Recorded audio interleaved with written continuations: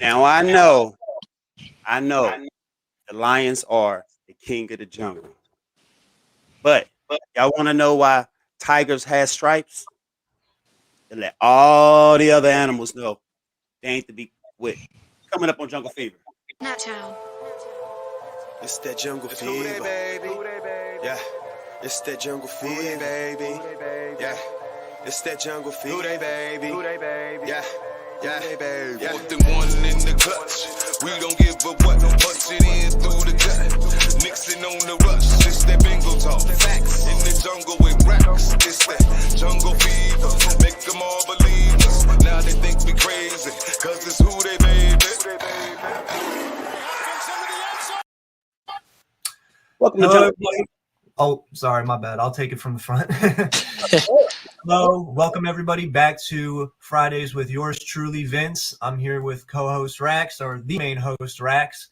And Raxx, I'll let you take it away. Can you introduce our guest? Yes, we got a special guest today, guys. He's been writing content for ever and ever. He's a writer now for Stripe Hide, writes for fantasy content for Hail Mary Football. He's also an expert on fantasy pros, and he also shows up on the show weekly for the fantasy assistant coach, Mr. Dan Mattox. How are you doing, Dan? I got no audio. You got no audio. Audio is back. I got you now. Glad to be here, Vince. Glad to be here, Raxx. Thanks for inviting me in and listening to my stupid ideas. Hey, man, we love them here, man. If it's about the Bengals, you know we all down for it, man. And we're going to pick your brain today. No problem. I got like 25% left right now, so you're welcome to it. All right. We're going to get it. Hey, Vince, go ahead. Do your thing. So, first off, Rob, you want to just tell us a little bit about your writing career and stuff? Just explain a little bit about yourself and let everybody know watching what you do. Well, I started doing fantasy football in 1990, well before either of you young lads were born, I'm sure. Yes. So way back then, it was called franchise football. It wasn't even fantasy yet. There were no magazines. There was no internet. We used to have to get the USA Today to score the league, and you got the sporting news for your advice on Thursday. So I've been in it since then, increasing my footprint in fantasy. I'm on Twitter. I got a decent number of followers. I'm trying to get some traction in the industry. I started writing, I guess it was 2001 for the site that's now NBC Sports Talk. I did a guest start sit column. Didn't go well. I recommended Cecil Collins. If you don't know who Cecil Collins is, look him up. You'll see why I shouldn't have recommended him.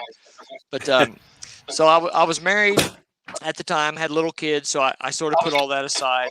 And in the last 3 or 4 years, I decided I wanted to pick it back up because I like to write, and I think I'm always correct with my predictions and my analysis. So I started writing for a friend's site, HailMaryFootball.com. That went pretty well. We did some podcasts. I started to branch out, and I write for yardsperfantasy.com and thefantasycoaches.com. I do some pod stuff and some YouTube shorts, and I got a paid job with Stripe Hype back in August. So I'm doing some paid content. It's not a lot, but it's getting your foot in the door. It's not about the money. I got a job, so it's about getting noticed and getting a portfolio and having something to show when I want to start going with the big boys. Totally. Yeah, that sounds fantastic, dude. And as an aspiring writer myself, I love writing too. It doesn't matter for me like what kind of writing it is, or books or sports journalism, like trying to get into too.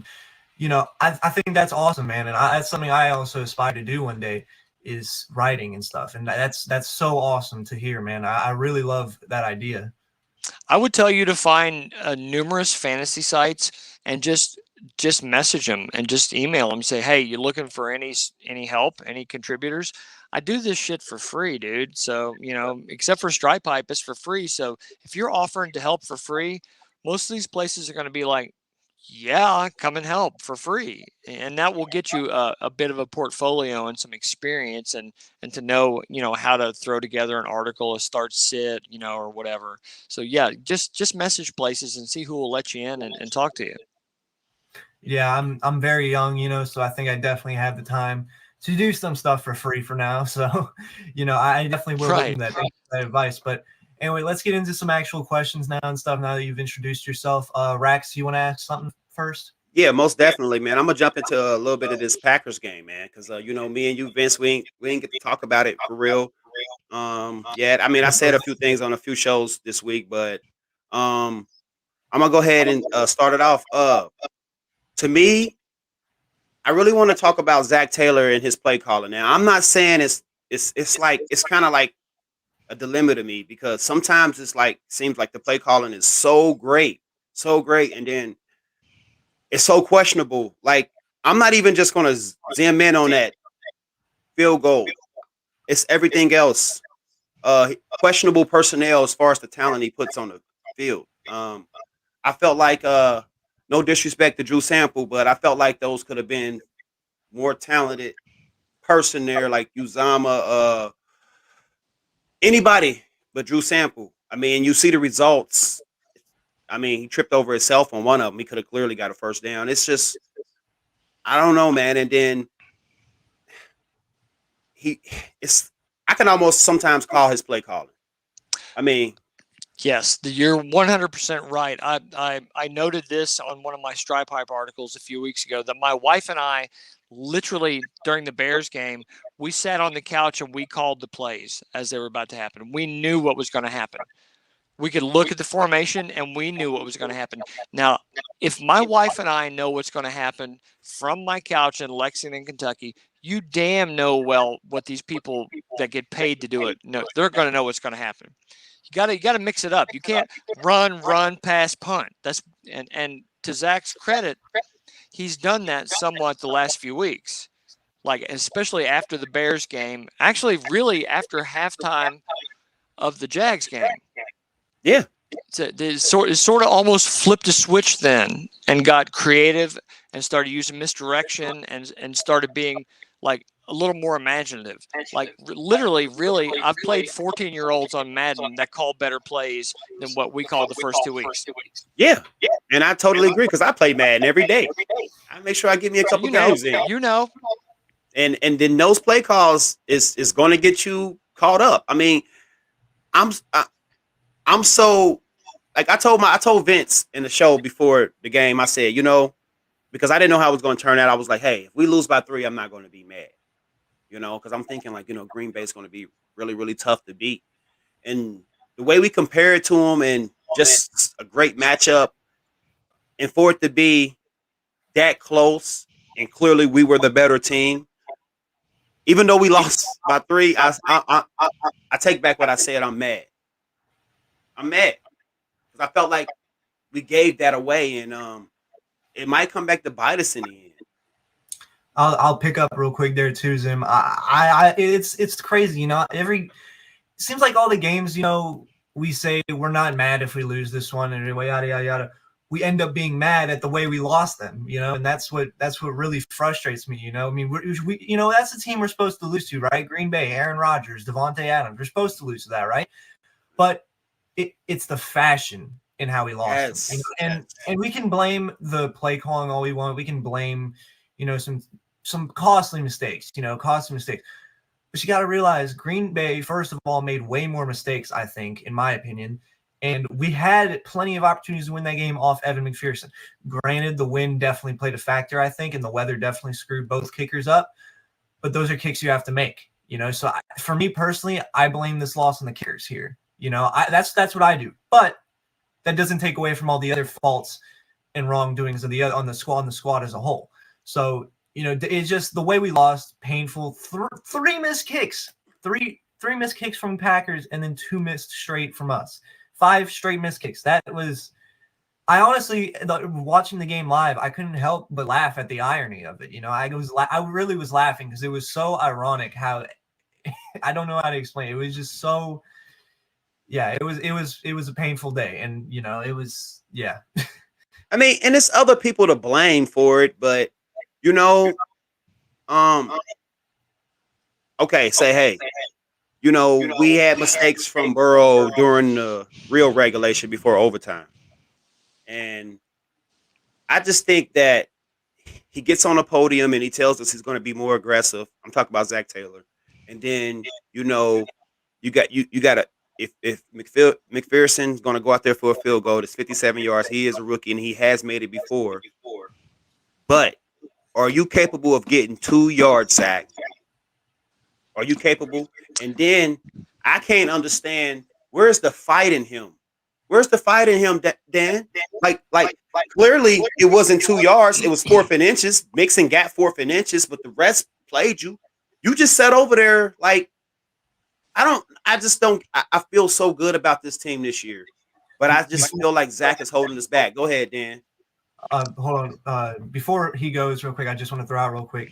I do think Mixon definitely got that first down. I think the refs missed that one. I think the refs screwed that one up. But anyway, didn't even call a timeout or nothing to even prove it because you can't challenge it in overtime. But if you call a timeout, you give the booth enough time to review it. And we done seen this plenty of times. To your point in the long field goal. Joe threw the interception where we don't know if Tyler Boyd ran. It looked like an option route, and they weren't on the same page. But Burrow only threw one more pass after that pick, but that was like a 21-yard just laser to Jamar Chase on the sidelines.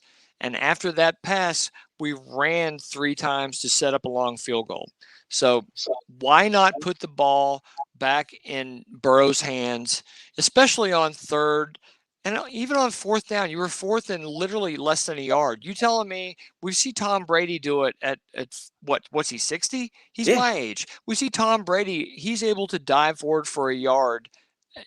Why not just dive Burrow forward for a yard and keep it going? You just really needed 5 to 7 more yards for McPherson to be locked in. That bothered me. That bothered me that we played so conservatively. We played for a long field goal, and that really annoyed me. And I have no problem with Zach Taylor's play calling. For the most part, he's been aggressive. We've scored, I think, 4 after halftime. 4 out of the 5 games we've scored on the first drive in the second half. We're making good adjustments, and they're being aggressive, and we're scoring before half as well. But in that particular instance, I was shocked that we didn't go for it, or at least let Joe throw a pass. Just anything, just a 3-yarder to Uzama to get us just a little closer. And it's like I said, it's like a dilemma because sometimes I'll be watching and it's like, hey, that was a great play.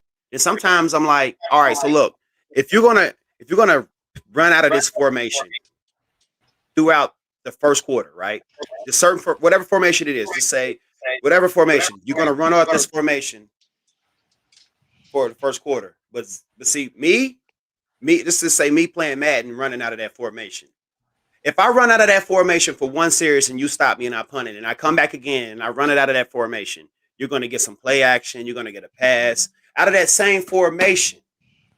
I'm not saying I'm going to stay on it. If I run that same formation, it's just going to be run, and then we're going to set up 5 wide. Now we know you're passing it. I just feel like it needs to be a little bit more creativity.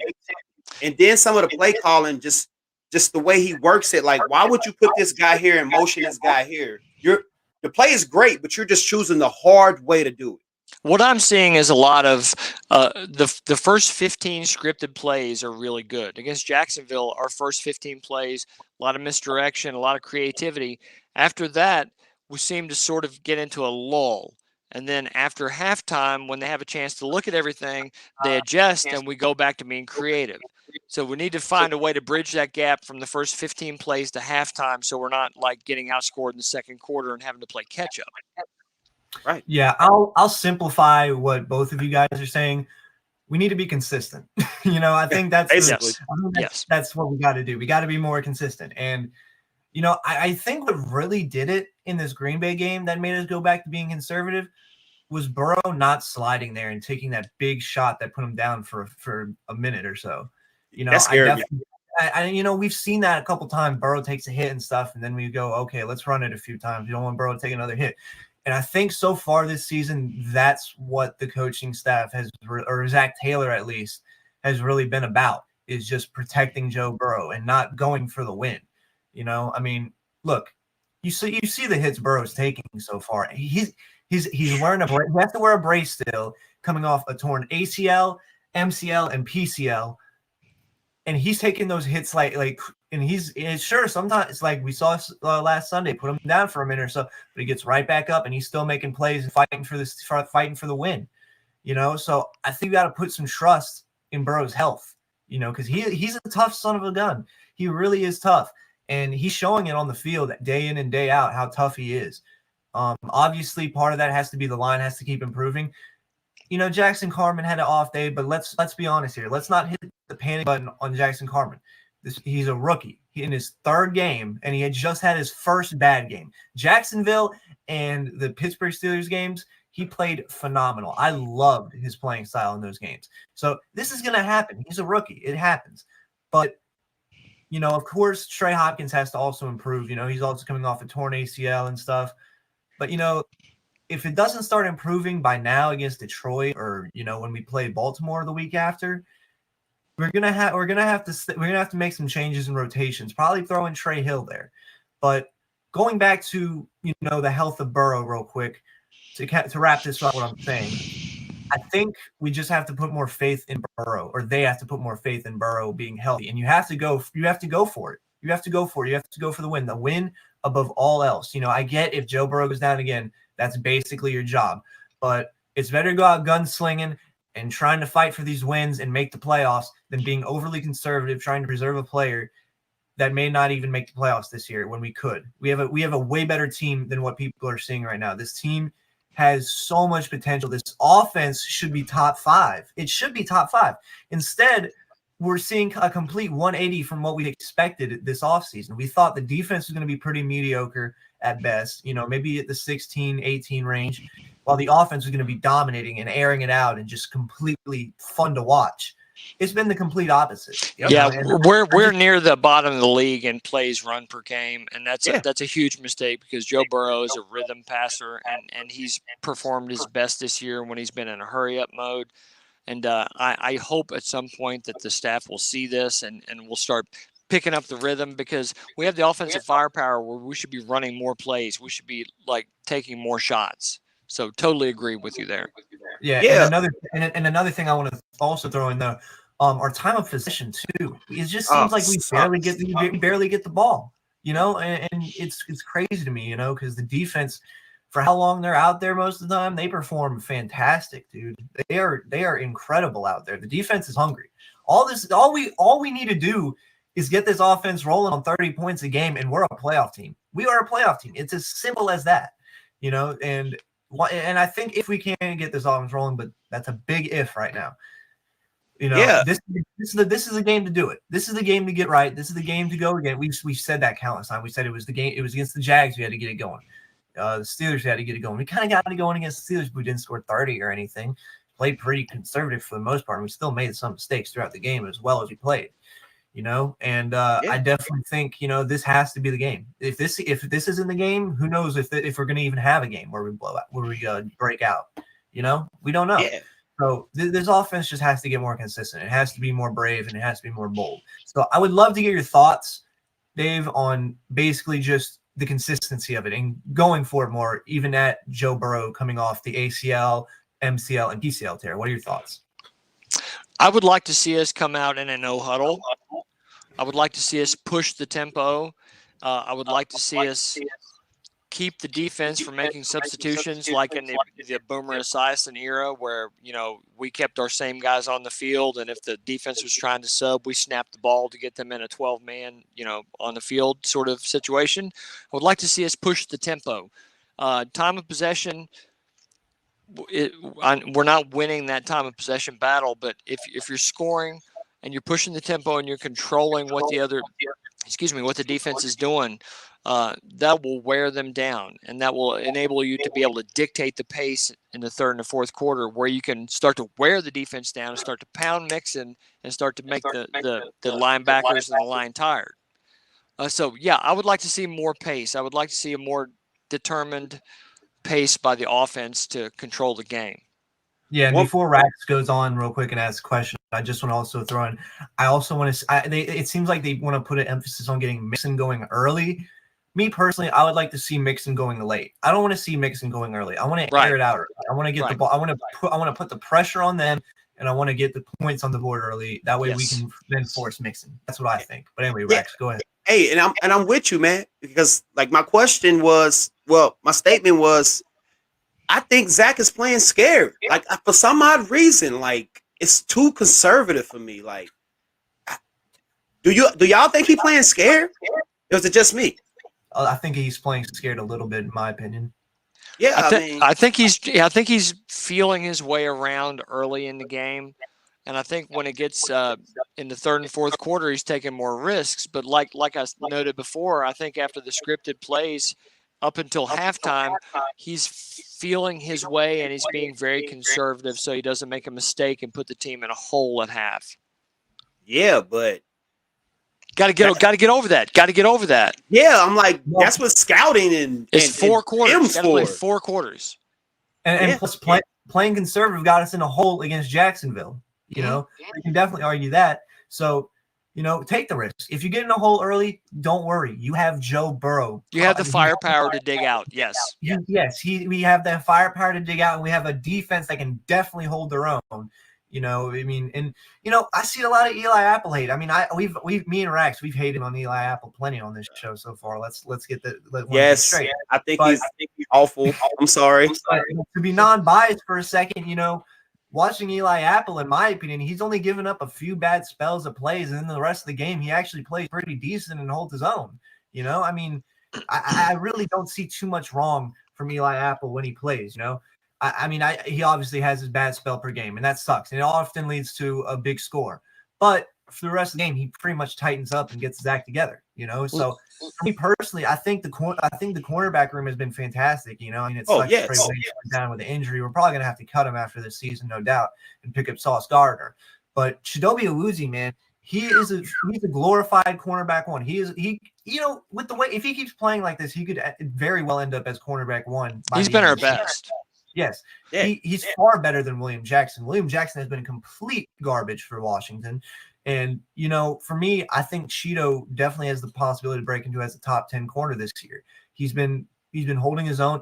And when targeted against Devontae Adams, he gave up 6 receptions. He gave up 88 yards, but he also had an interception on him. He was holding his own against Devontae. Devontae, I guarantee you, would have been under 120 yards if Cheeto was on him the whole game. Now, that's still not good because, you know, cornerback, if he's a really true shutdown cornerback, he needs to hold him down to under 100. But he's getting there. He's still young, and he's entering his prime, and we got him for half the price of William Jackson. And that's Adams too, man. You know, some of these receivers is just like unstoppable at times. Well, I felt like the game plan against the Packers was to let Adams get his and not let Aaron Jones beat you, not let anyone else beat you. So they let Adams have his, but no one else beat us. You know, we kind of beat ourselves, really. Yeah. And with Eli Apple, I'm just thankful that considering we're paying Trey Waynes to do nothing, I'm just happy that Eli Apple walks out on the field every Sunday because Trey Waynes spends more time in the ice tub. Yeah, man. And I was going to ask you about that, man. It feels like highway robbery right now. Oh my God, it's money for nothing. Yeah, man. And that money could have been. They could have let him go. Well, I guess it's going to cost them more to let him go.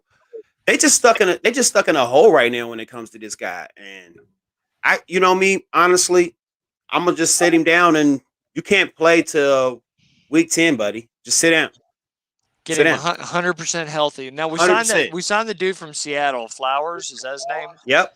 So hopefully he can slot in and get some decent snaps and sort of hold the fort down until these guys get healthy.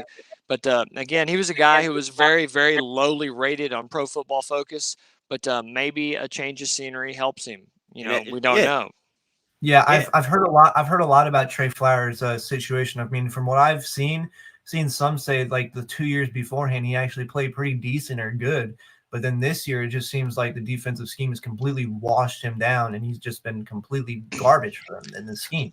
So who knows? Maybe he is bad. But Chidobe Awuzie, who was thought of as like maybe an average corner, will get you a turnover here and there in Dallas. Change of scenery, goes to Cincinnati and lose scheme, and he becomes a glorified cornerback one, and he becomes a shutdown corner. He's the guy who kept Justin Jefferson and Adam Thielen combined under 50 yards and had Kirk Cousins at a QBR of 64, and also the guy who held Allen Robinson to 2 receptions on 24 yards and just a touchdown. It was a bad touchdown, but I mean, who cares? We still had an opportunity to win that game in the end. But Allen Robinson has been playing. I mean, not Allen Robinson. Chidobe Awuzie has been playing phenomenal, and I definitely think there is a chance for Trey Flowers to do good here. But again, I'm not betting my money on it, and I would bet Darius Phillips would be getting more playing time over Trey Flowers right now. Go ahead. Well, I was thinking maybe Flowers might be a small upgrade over Eli Apple. We're going to need both of them, considering, Trey Wayne's not being on the field. So they're both going to have to log snaps. I compare Flowers to Carlos Dunlap. He was dead to us last year. Then he went to Seattle, and suddenly he's all over the field. A change of scenery reinvigorated him. It could be the same situation. Yeah, I mean, man. I mean, considering the problems that he had, I guess, with Zach Taylor. I mean, I looked at that situation like Dunlap had to play good, whatever team he had went to, because if he didn't, it would have kind of like proved like this organization right, But he laid down on us. He totally laid down on us. He did. I mean, I just stopped on Twitter and on Facebook arguing with these fans when they try to say like the front office played Dunlap, and I'm like, hey, maybe they did. We don't know what happened behind closed doors, but I can tell you what I did see. This guy laid down. He quit on us. Yeah, he quit on us. Yes. And I think that it was the culture change. He's been stuck in his ways with Marvin Lewis, and then Zach Taylor come in here and change the culture around, and he just wasn't going to go for it. And I see Zach Taylor got rid of all of those guys that weren't going to go for it. It's made a difference this year. It has. Having all of him and Lou Anarumo's guys have made a difference. Yeah, so I guess it was the right move, right now, and I hope that he still plays good in Seattle. But hey, that's why we're not getting paid to coach. Right. I will say, from watching it, I will say Zach Taylor is a phenomenal players coach. He caters to the players fantastically. He's a great locker room leader. And, he definitely gets his guys going, and he's been a big part of changing this culture around. But definitely, I don't think you can discourage Zach Taylor from helping to change the culture around. I think Joe Burrow added that extra layer and that leadership that was needed to help fully turn it around, because I think this culture has fully turned around. I think the front office is different now. We're actually spending big money on free agents and actually going out and getting pieces and making moves to better this team. And I think that's definitely showing so far. You can even see it in Mike Brown. I saw an interview with Mike Brown before the season started. I covered it in my off-season video. I covered like the first week of off-season or whatever, real quick, just to like catch up with people or whatever. And I covered Mike Brown getting an interview, and he was asked a question, he was just getting asked about like the front office and stuff and what's changed and all that. And he said, don't thank me for all the moves going on right now. I've taken a back. He's basically he takes a back seat now, and he says, who to thank. He's talking about Elizabeth, and he's really taking a back seat, and he's letting people around him help him, and he's actually letting people make the moves to better this team, and he's not doing everything himself. Well, and I think that's something that's very mature of Mike Brown, and that's something that shows he really wants to win. And I'm glad. I'm just being sarcastic, but he can't do it all himself now. He's 90 years old, but 85 or 86. You know what I mean. And you still go on Twitter or Facebook, and all you hear is Mike Brown's cheap. We don't sign free agents. We don't pay players. Jesus Christ! It's not 1993. Shut the hell up with that weak take. I get tired of fighting that fight. Yeah, I get you. It's like they're not even paying attention. I know. It's not even 2015 anymore. 2015, I saw a lack of like acquisition. Most of the talent on that team was through our drafts. Well, then that's how you build. To me, that's when you're not a big budget, big market team. You have to build to the draft, and we have drafted well up until the last couple of years. We swung and missed with Cedric Ogbueyu. That's where this franchise, and we let Whitworth go. That's where this franchise started to take the nosedive. But now I think the Brown family is starting to see that they're going to need to spend more money to bring in pieces instead of just hoping in the draft. So, but still, it just bugs the shit out of me when people are like, "Oh, Mike Brown's cheap." Yeah, and it's easy to spend someone else's money, right? And I kind of right, and I totally agree. But you got to look at it like this. This is how I look at it sometimes. Like, well, you got to understand what these guys are going through. It's a perfect example this year. Free agency is hard. You get a guy like Trey Waynes, and now look. That's why I see why they build off the draft. But we did hit big in a couple of positions this year off free agency. Awuzie, like we just said. But I get it. Oh, and free agency hard. DJ Reader last year, we've signed really good pieces. But when you get when Joe Thuney goes to another team and they overpay for him, then suddenly we're lowballing him because we're offering market value. Yeah, but see, that's somebody running their mouth that don't really know too much. I get it. I get it. It drives me crazy to no end. Yeah, I know. Me too, man. And we're gonna move on a little bit. All right. To the add some extra depth to that real quick though before. Yeah, go ahead. I just also want to say, I think it was. You're breaking up there, Vince.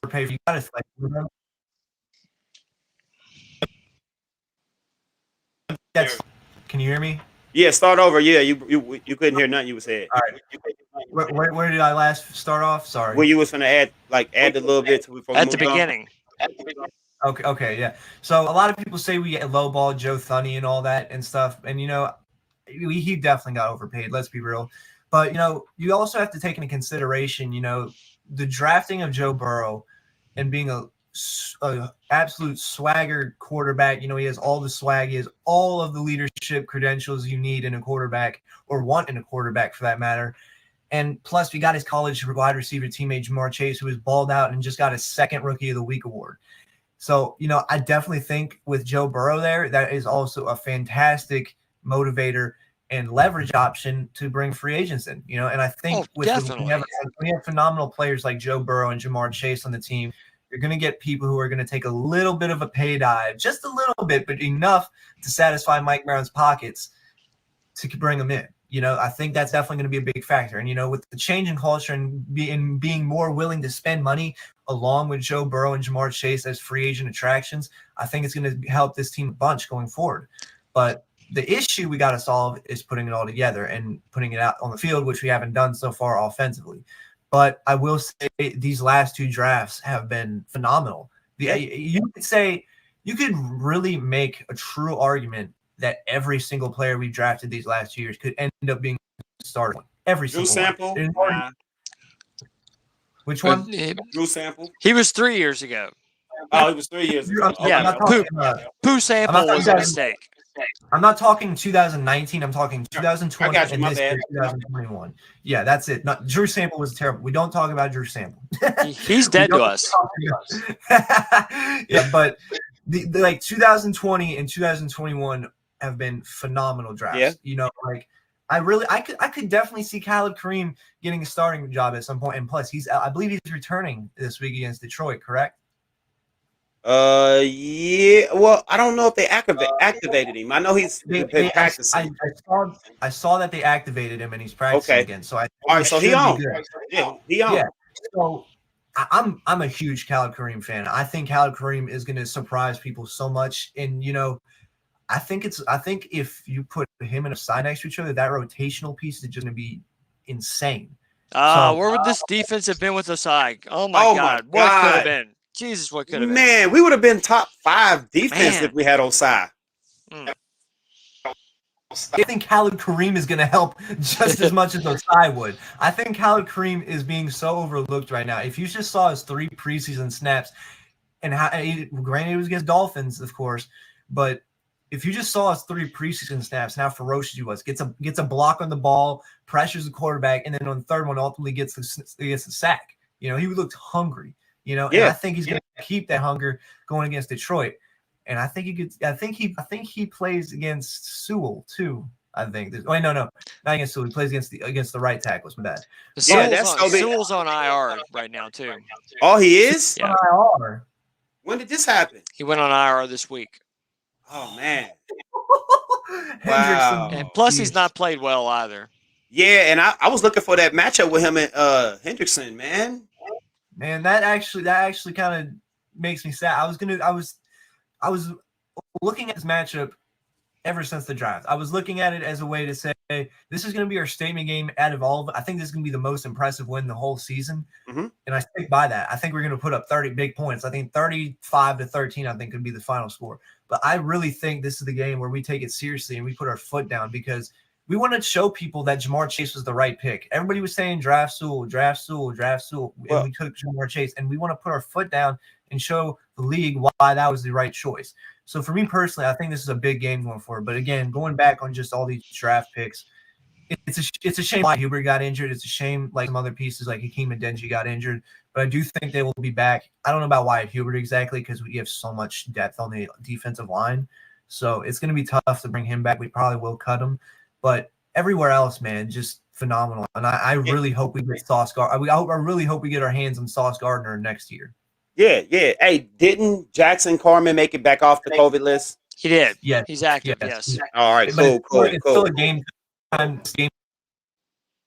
I wonder why it would be game time decision in practice, but I'm not saying you're wrong. I'm just wondering why. But so if he don't get the go, then you're going to be looking at Trey Hill, because Deontay Smith is on IR. He has a torn labrum.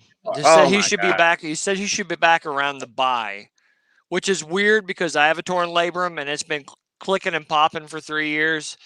But okay, whatever you got to do to get back. But yeah, Hill. They said Hill may start over Carman this weekend. Oh, so he'll be making his debut. Yes. Hey, to go on to that though.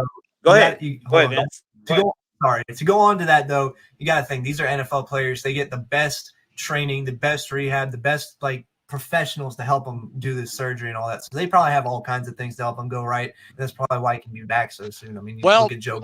With the thing with the labrum, it's hard to raise your hands up. So as an offensive lineman, he's not going to be doing a whole lot of that. But as a receiver, it's much, much harder to come back from. So I guess from that perspective, he should be able to make it back. It's a pain tolerance issue. Makes sense. That makes sense. I got you. All right. Anyway, Raxx, go ahead. All right. So, just briefing a little bit on this, to give them a little preview on the Detroit Lions. They 0-5. They show a lot of great effort. The coach they embrace their coach. They play well for their coach, even though there's not a lot of talent on that team overall. There's some injuries on the O-line. Their best center, what is his name? Raganu? Frank Ragnow. He's on IR. Yep. And then their linebackers, I was watching a few of the highlights, are kind of shaky. That area seems to be the weakest of the team, though, is the linebackers to me. Secondary is pretty decent. And I really think they should have beat the Ravens. So what do you think, Dan? I think they can't score points. So if we could hit him in the mouth early and make Jared Goff throw, he doesn't have any options outside of TJ Hawkinson. You might need to keep an eye on Amon-Ross St. Brown, because they talked earlier this week about getting him more involved, but he's still a rookie. So you got to hit him fast, hit him early, get him down, make him throw the ball where they can't just rely on that running game, and it should be fine. It should be a 10 to 12 point win easily. But you got to have the right game plan. Got to hit them fast. Got to rock them back on their heels. Right. Hey, Vince, what you think about the coach crying? I love it. I think that dude is a phenomenal coach. He deserves a win. I'm hoping it's not against us this week, of course, but he really deserves a win. He really deserves his first win as a coach. I think this coach, that's everything you want a guy. I mean, he really makes this team. You can tell this team fights for him, man. They love him. I love him too. I really think he's phenomenal. He's going to be a phenomenal coach going forward. And if there's anybody who can turn that Lions franchise around, because we all know God hates the Lions. Everybody the refs, the league, everybody as a whole hates the Lions for some reason. If anybody can turn that ship around, it's possibly him. Dude, I lived in Detroit for 4 months back in 2012. Yeah, you don't want to live there or be a Lions fan, or just it's not nice. It's not nice. That's all I'm going to say about it. It's you know what? I hope they have some success down the road, just because it's so hard to live there. But just don't start this week. Yeah, I know, and I feel it, but I don't think that they will start this week because Vince, I don't think they seen a trio like ours this year out of the 5 teams they played. And I'm talking about the trio of Tyler Boyd. No one should see a trio like that. This should be running over everyone. Open up this offense and throw the ball to those 3 receivers. Yeah, they got to open the playbook.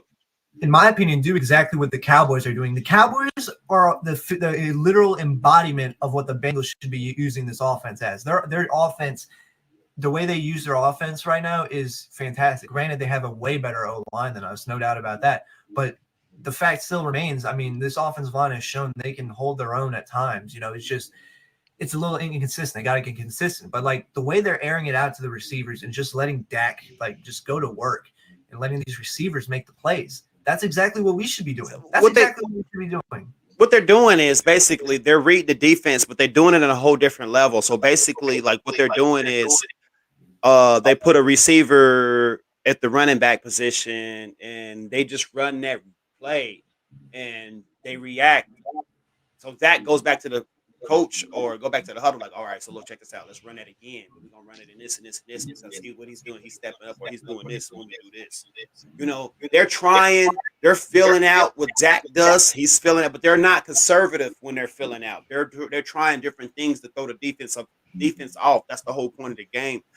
I just think that we're too much of a blend of plays. He called the good ones at the right time sometimes, but it's still blend to me. It's very vanilla. Yeah, I definitely can see what you mean there and stuff. And yeah, it's gonna be weird to see what Zach Taylor will do. You know, it's gonna be up to him. You know, the way that we dictate this game will depend on Zach Taylor's play calling and scheming. You know, it'll definitely go up to that. But I'm really interested to hear Dan's side of this more than anything. I want to back up real quick and say that I was thinking of Ragnow when I talked about injury reserve, not just Sewell. So that one's on me. Hey, you good? Because I want to see Sewell. I want to see. I do too. I actually really do too. I want to see us dominate him. I want to see a sack over him. Yeah, Trey. I think Trey's going to run all over him, man. Honestly. Okay, now what's the question? The question was, what's the keys to success for this week? Yes. Got to utilize our weapons. Use our weapons. This 3 wide receivers that we have are as good as any. Our skill players are as good as anyone's in the league, short of tight end. And Uzomah is usable at tight end, but still. Be creative. And you know what? Where's Auden Tate been? We have more than 3 receivers. I'm a big Auden Tate fan. The guy is like a tight end, and he can run, huge catch radius. Let's be creative. Let's be aggressive. Let's push the tempo. Let's look to put them away by halftime. Yeah, I really understand that and completely. Vince, what is your keys to success?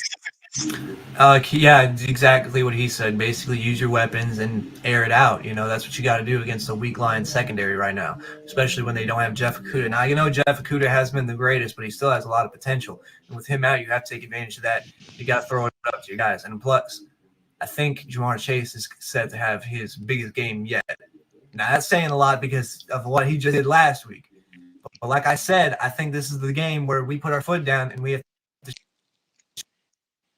It's time, right? It's time. Yeah, it's time. Yeah. I mean, it's time to lay a 40 on someone. Yeah, I mean, I can't wait, man. I mean, and I can only hope that we score over 30 so we can feel good going into Baltimore. You don't want to win this game on a field goal going to play Baltimore at their home. You don't want to struggle against you. You got to beat the teams you're supposed to be. You have to dominate the teams you're supposed to dominate. If we're going to be a good team, we have to dominate the bad teams. That means going into into Detroit and dominating the Lions. And I totally understand. So with that being said, we're gonna go to you, Vince, and then back to Dan. What are y'all predictions? Go ahead. My prediction for this game, I think Trey Hendrickson has a feast of a day. I think the defense is going to dominate on the defensive line. I think Su's going to have a rough time. And I think they're going to try and get this running game going, but they're going to struggle with it. This run defense is much improved. And, with the way our run defense is looking, that is fantastic since we're playing in a run-heavy division in the AFC North. This division is run-heavy, and we're supposed to be a pass-heavy team. So with our run defense being improved, we got to shut them down there, and I think that's what we're going to do. We're going to force Jared Goff to throw, and we're going to get pressure on him, and we're going to make him force mistakes. I think the way we get these 30 bombs and these 40 bombs is we're going to capitalize off the turnovers on short field. I think that's what you have to do. It's going to entirely depend on if Zach Taylor can air it out. I can see 28 to 10 or 24 to 14 or something, depending on how conservative Zach Taylor gets again. But if he actually lets him air it out and stuff, I see no problem getting 35, 40 points on this. So for me, I think the best ground you're going to get is around 34 to 14. Bengals win this one. All right, Dan, on you, buddy. Well, Zach Taylor came out today and said that Joe Mixon will have a full workload. To me, after being questionable all week and struggling last weekend, I think this is a smokescreen. I think he plans to come out and throw the ball and sort of fool Detroit into thinking we're going to run. And I think Burrow's going to throw 40 times, and I see a 35-17 win. Huge passing numbers. Burrow may even cross 400 yards. I'm going to throw that out there. His biggest game of the year. He may cross 400 yards. We got to put the foot down. Got to accelerate. We got to get some momentum going into this tough part of the schedule. Okay. All right. I like that. All right, I'm gonna go ahead and give my take then. I think that, like y'all said, to add to what y'all was saying, is we're gonna air it out. I think that Zach Taylor been seeing the media saying that, he ain't using his team to their full potential. I know he's been seeing all of this, so I think he's gonna have a point to prove. I think we have a fast start, and I think that, yeah, I know, and I know he's been seeing all of this, and I think that T. Higgins, he's due for a great day. Not to take nothing away from Jamar Chase or Tyler Boyd, but he's hurt the last game, so I think he's back ready, healthy to go. So I'm looking for him to have a big day. And with that being said, I'm gonna go out on the limb here because my predictions are always bold predictions, Vince. So I'm gonna go ahead and say we're gonna win this one 42-28, and Burrow's gonna throw for 450 yards, and he's gonna have 4 touchdowns. So you're saying Lions gonna put up 28? Yep. Now look, these 28 won't come like compatible 28s. They're like garbage. They're like, hey man, let's score one last touchdown, and we're like, hey, we won. Go ahead, have it. I like your T. Higgins call, by the way, and shameless plug. I have my start sits drop tomorrow on Stripe Hype, and I have a stardom on T. Higgins. It's a T. Higgins game, 2 TDs, 4 T. Higgins. All right, and I'm gonna make sure I read that. I appreciate that. I follow y'all. With that being said, guys, first, Dan, tell them where they can find you at, and all of your stuff where they can find you and follow you. I'm on Twitter at Rob Mattox 2. I'm also check out Stripe Hype. I regularly contribute there. And I do a podcast for the fantasycoaches.com. Comes out every Wednesday. It's the Fantasy Assistant Coaches. Hey, Vince, you want to say something real quick? I saw your expressions. Yeah, I wanted to hear our X factors for this game. I want to hear the X factors. All right, cool. Go ahead, give me yours real quick. So for me, I think the X factor on offense has got to be Jamar Chase. We get T. Higgins is going to be a big factor. I definitely think he's going to have a big game. I think he gets over 100 yards as well. But I'm expecting Jamar Chase to improve upon his performance last week, as crazy as that sounds. But like I said, I want to put the foot on the gas here, and I want to make a point that we made the right draft pick. So I'm thinking like 8 receptions, 204 yards, and a touchdown to go with it. I wish. I hope so. That's what I'm saying for this game. But I'm also saying on defense, the X factor on defense got to be Trey Hendrickson. I'm getting pressure on Jared Goff. That's my X factor for that. Okay. I'm gonna run mine in there, and then I'll ask you, Dan. My X factor is going to be, of course, I don't want to say T. Higgins. You know what I'm saying? I'm gonna go off the grid here. I'm gonna go and say I'm gonna say our O-line will be our X factor because I did a little research. They have a few good guys on their veterans on their D line, but I think they're kind of up there now. So I kind of like our O line against this D line. So I'm gonna say our O line is our X factor, and I think that Burrow gets 1 sack. All right, I'm going to go with our linebackers. Our linebackers are since the Lions really don't have any threat on the outside, our linebackers are going to need to cover that short area of the field, the underneath. They're going to need to watch the screen passes, the flare outs to the backs, because between Williams and Swift, they have good receiving backs. You can't let either of those guys get loose. And Hawkinson is a top 5 tight end. So our linebackers are going to need to be on their toes. They're going to need to be disciplined. It's that jungle fever, baby. There we are. We're back. Oh, shit. So my bad, X bro. factor for me is the linebackers making sure nothing busts long from under. That was my fault, bro. I was trying to move this off my mouse, and I hit it too hard. But go ahead, Dan. Go ahead and say what you were saying. My bad. You back, Dan? Can you hear me, Dan? Dan, can you hear us? Screwed everything up. Oh man, I didn't mean to do that. Oh my God. Come on. Hold on. What about now, Dan?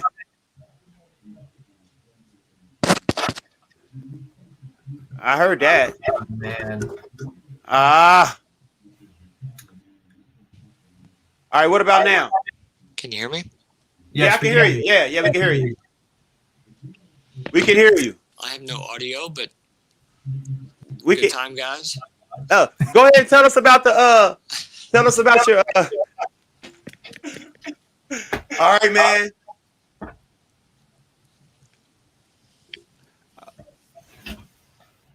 That's a shame. Yeah, I did that on accident. I was trying to move this wire off my mouse, and I ended up clicking the button too hard. We got a guest on, man. You got to be more professional than that, right? Yeah, I know, man. My bad, guys. And I'll make sure to get him back again soon. He's a pretty nice guy. He said he'd come on whenever for us. So we appreciate you, Dan. And I'm so sorry about that. I did not mean to hit that on you. We'll talk later. But Vince, before we get out of here, and I'm sorry, fans, again. And thanks, Dan. Real quick before we get out of here, let them know where they can find you. It's going to be in the description, but go ahead and tell them so they can hear it from you. Yeah, before we get out of here, I just want to say, follow Dan again. You know his at. He already said it. Rob Mattox 2. Make sure you go follow him. If you haven't heard him already before when you left out of here, so make sure you follow him on Twitter, Rob Mattox. He does all this kind of stuff, and he's phenomenal. He's a great dude, and thank him for having on his guests. Where to find me? My YouTube channel name is just simply Vince. You can go look it up if you need an easy way to find it because it's a weird font when you look it up. Just look up Carson Palmer versus Joe Burrow. Should be one of the first videos that pop up. 4,000 views on that video, by the way. Thank you guys so much for the support on that one. I didn't upload last week. I didn't upload an instant reaction to the Green Bay Packers game dealing on with, and I just had my birthday Wednesday. I turned 18. I'm an adult now. And happy birthday to you, man. Thank you. Turning 18, man. How's it feel actually? That it's surreal. I don't feel 18. I don't really like it, to be honest, but I got to deal with it. So hey, man, you know how it is. Life hits us hard. Oh yeah. But anyway, continuing on, I didn't do a video last week because all that going on and stuff, and I had plans later that night. I went out with some friends and stuff. I had to do it immediately after the game. I didn't really have time to record or anything. So sorry about that. My next video, when we do my instant reaction to Detroit, I'll also throw in a little reaction and breakdown of the Green Bay game before we go into Detroit's instant reaction. So be on the lookout for that. It should be around a 15-minute video or so. 10 minutes. I stick Green Bay. There isn't much to say about it. I'm just going to – yeah, it's just a lot about the kickers, really. Yeah. But it's still good. Yeah. But if you need to find my channel again, just look up Vince or Carson Palmer versus Joe Burrow, A Tale of Two ACLs. 4,000 views on that. Great video, I think, in my opinion. It's a great video, guys. Great video. If you want to follow my social media, my Twitter, and see my unfiltered side and all that, My at's Q Smart Reviewer. That's QSMARTREVUIE. That was sorry about that. Bad at, I know, made it 5 years ago, but it's whatever. Follow me there. I post a bunch of Bengals content, and I get a few updates on my videos and stuff. And yeah, that's basically where you can find me. Go ahead, Raxx. Yeah, and like I said, I want to appreciate you guys for coming through and watching us. Hey, Vince, before I get out of here, hey, it's a lot of comments, man. I couldn't watch on my phone and pay attention to you guys, so I just paid attention to you guys. But it's a lot of comments. Make sure you entertain the fans. I'm gonna make sure I got our Twitter and our YouTube subscriptions in the description. And I thank everybody for the comments. And make sure y'all subscribe and like. And I'm gonna bring you guys some more videos. And me and Vince will be back Friday, unless Vince want to do one sooner. And Vince want to keep them together and do a reaction show, we can. We'll let y'all know. But I definitely will be doing a reaction show after this game. So I won't be going to no party for the game. And I won't be getting too wasted. So I'll be ready for you guys after the game, win or loss. All right. And so probably not a loss. Probably not a loss. Yeah, probably not a loss. We're going to kick some butt this time. And I appreciate everybody. And this is Jungle Fever. And I'm your boy Raxx. And this is your boy Vince. And we up out of here, guys. See y'all later. Whobey, baby. Nacho. It's that jungle fever, baby. Yeah, it's that jungle fever, baby. Yeah, it's that jungle fever, baby. Yeah, yeah, baby. More than one in the clutch. We don't give